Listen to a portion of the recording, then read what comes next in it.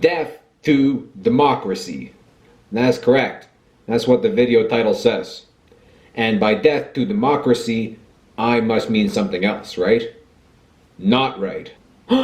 This guy must support dictators, right? I must love Hitler or something. No, not at all. All right, and this goes to show how people in democratic countries are brainwashed to think inaccurately about democracy. Now, the current position that is widely held throughout academia is that while the logic of democracy doesn't make any sense, we should just ignore that because the evidence is good.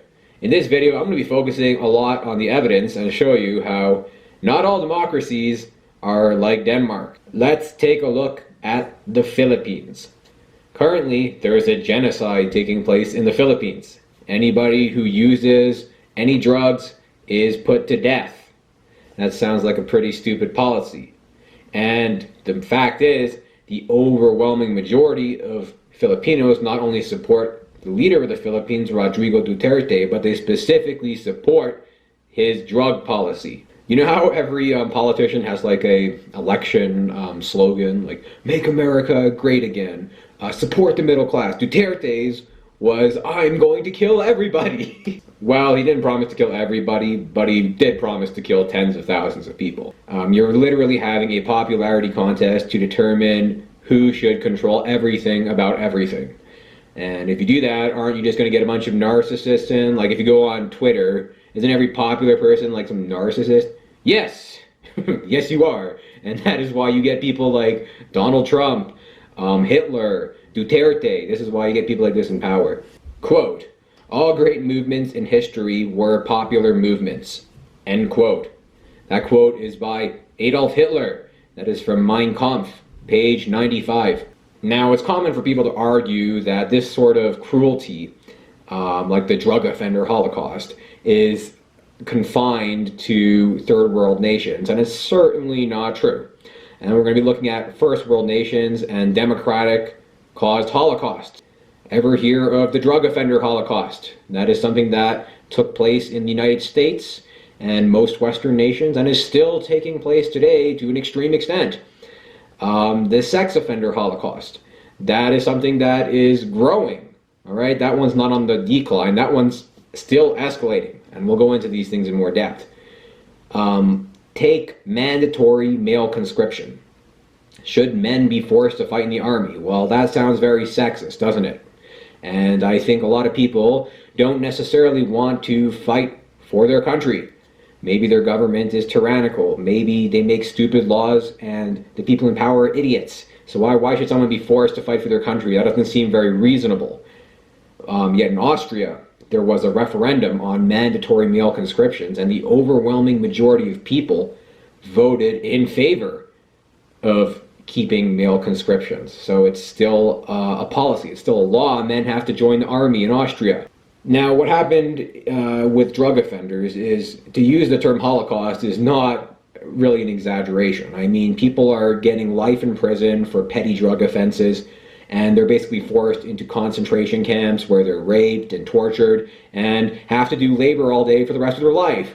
So aside from putting people into gas chambers and killing them, I don't think it's any stretch at all to say that what happened to drug offenders is a Holocaust. The sex offender Holocaust, that is another democratic Holocaust. With something like incest, fully consenting recreational incest in Canada will still land you a heavier jail sentence than beating someone nearly to death with an iron rod. And I have citations to prove that. That's insane. You would think that Alex Jones level stupid stuff would never become mainstream, right? But it did.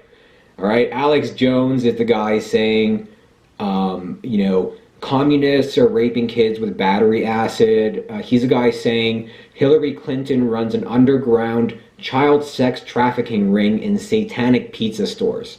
Alex Jones level stuff, you're like, nobody could seriously believe this crap, right? But they do, educated people do, and they make laws based on this. This is a good video. Let's look at how crazy this stuff gets. What has happened, and I have seen a lot of these cases, is that somebody will go on looking for music videos. For example, Green Day, and this is an actual case I have, where they'll pull up videos, and then off to the side there'll be other Green Day videos posted, and all of a sudden they'll look down and they'll see something that says PTHC. That means preteen hardcore, or Lolita. They don't understand what this means, and they'll click on it, and up will pop child pornography. The problem is, in the state of Arizona, if you possess child pornography, a single image, that could be a still photo, gets you 10 years in prison, mandatory minimum day for day. 10, 17, or 24 years. Presumptive 17, max is 24. By law, if you have a second image, they must stack it. Now it becomes 20 years. Third image, 30 years. The drug offender holocaust, the sex offender holocaust, they're not even designed to target bad people. They're not trying to get the Tony Montana shoot everybody gangbangers, and they're not even trying to get the actual pedophile abducting rapist. In Canada, you are held accountable to every law, and you cannot know what is legal. I repeat, it's actually impossible to know what is legal. Anyone who's ever studied the legal system will tell you that. Ask a lawyer, ask a policeman. Each of these laws do matter, all right? It's illegal to do anything that might attract a crowd in a park. That's a lot of stuff. That is virtually anything. You can't juggle balls, you can't toboggan, you can't have fun, you can't do anything. You literally can't do anything in a park legally. If somebody dumps garbage onto your property, you get fined. If somebody graffitis your property and you don't remove it, you get fined. These are real laws, and these laws are enforced. Somebody dumped a bunch of garbage in my aunt's back alley, and she got charged for it. And she went to court and said somebody else dumped it, and the judge just said, well, it doesn't matter, because the law is that you're responsible for your garbage, even if it's not your garbage and it's someone else threw it on your property. Let's look at another aspect of government. Take economics. The province of Ontario alone spends double the amount of money, more than double, than the entire country of Canada put together on dental. So you would think that like dental surgeries are pretty important. If you have an impacted wisdom tooth, you're not going to be able to sleep, you're going to be in a lot of pain. Now just consider the morality of taxation. When money is being spent this stupidly, is it really right to take people's money by force? Another really popular idea is war. And more recently, war has become less popular, and that's a very good thing. But the Iraq War was overwhelmingly supported by the public, and the Vietnam War was even overwhelmingly supported by the public in the beginning. The opinions eventually flipped. Now, it's not much of a secret that students are indoctrinated and brainwashed into a pro-democratic position. If you go to the Alberta Education website, it says the fundamental mission of Alberta education is to produce ethical citizens, whereas an ethical citizen is committed to democratic ideals. This is in the education law. Law is important. People have to follow laws. That's the School Act, Section 39, Ministerial Order 001. This is in the curriculum.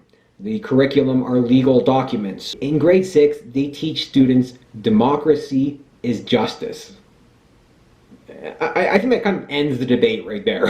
Now, this is a story of Socrates. And many people don't know the story of Socrates. They might have heard the name once or twice. And he's a very important guy. His disciple Plato invented the university. If you go to any university, there's a big statue of Socrates. He is literally like the Jesus Christ of the church. So he's pretty important. But if you look at his teachings, they're the exact 100% opposite of everything the university teaches. Socrates hated democracy. He said democracy is stupid because people who are qualified and competent and moral and intelligent should rule society, not just average people. And what did the people of Athens do? They had an election, and they voted to execute Socrates. They made him drink a cup of poison and die. Just think about that for a minute.